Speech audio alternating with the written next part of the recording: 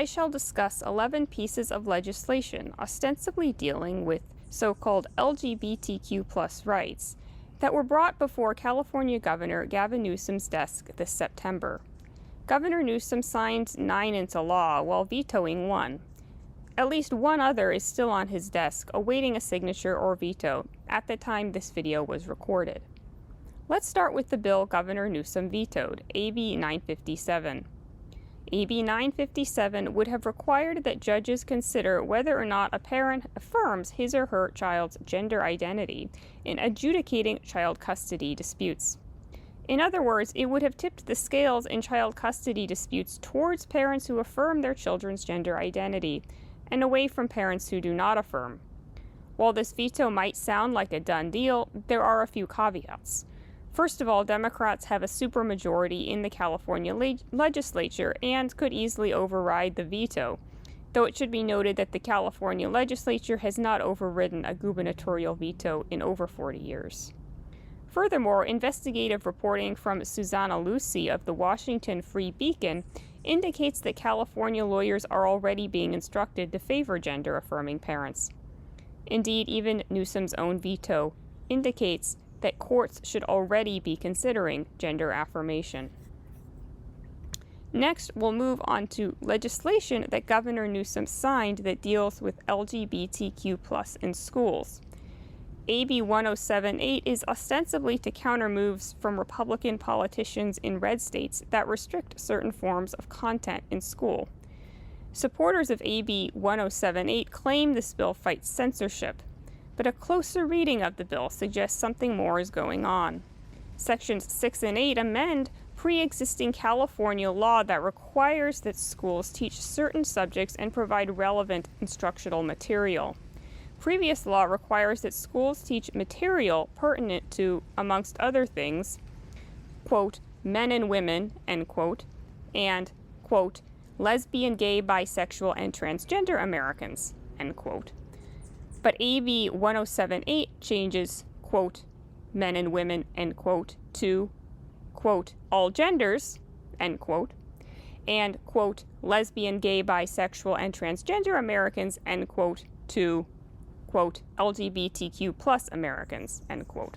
In other words, it sneaks gender ideology and queer theory into the school curriculum. Likewise, AB 5 mandates that school teachers undergo LGBTQ plus cultural competency training, while SB 857 mandates that an LGBTQ plus pupil advisory task force convene and make recommendations. How much do you think will be LGB versus TQ+? Take a guess. The governor also signed a few bathroom bills into law. One bill, SB 760, requires that California schools include at least one all-gender restroom. Note that this bill does not convert all school bathrooms into all-gender bathrooms, just that it mandates that schools have at least one all-gender bathroom. This all-gender bathroom need not be single occupancy. Another bill, AB 783, does very little. It merely strengthens the enforcement of pre-existing California law that required that all single-occupancy bathrooms in businesses be all gender. A couple of other bills signed into law deal with privacy for those who have undergone legal gender change. AB 223 requires court confidentiality for paperwork involved in minors' legal gender change.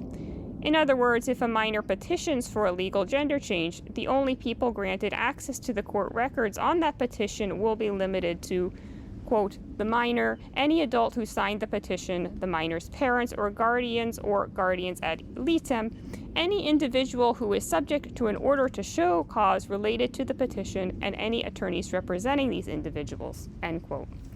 Another bill, SB 372, secures confidentiality for licensees and registrants within California's Department of Consumer Affairs that have undergone legal name and gender changes. In other words, if someone registered or licensed under the Department of Consumer Affairs wishes to update his or her records to reflect a legal name or gender change, those changes will be kept confidential and not subject to public inspection or disclosure. The ninth bill we are discussing, SB 345 capitalizes on the recent controversies regarding abortion and contraception access following the reversal of Roe v. Wade, in order to further entrench California's status as a sanctuary state for those seeking controversial medical procedures. SB 345 bans California from enforcing out-of-state prosecutions for abortion or contraception, but it also bans enforcement of out-of-state prosecutions for so-called gender-affirming care. In other words, it packages protecting access to reproductive health care with protecting access to various hormonal, surgical, and ideological interventions for gender dysphoria. Moving on to SB 407, also recently signed into law. This bill deals with LGBTQ+ in foster care. Already existing law required that potential foster parents undergo caregiver training to ensure their competency. SB 407 gets more specific by stipulating that this training must support children of, quote, all races, ethnic group identifications, ancestries, national origins, colors, religions, sexes, sexual orientations, gender identities, mental or physical disabilities, or HIV statuses in foster care, end quote. It also repeatedly uses the term LGBTQ.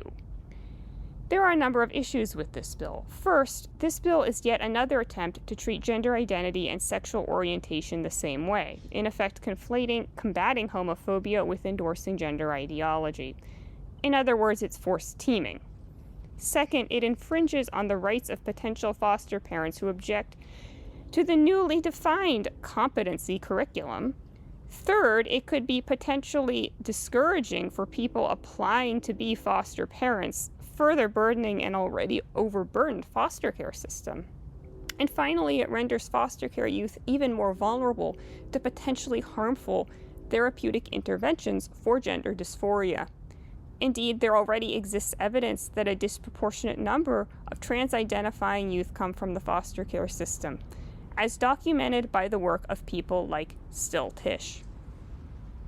It should be noted that SB 407 has been watered down, somewhat, to make it more vague and hence arguably more tolerable.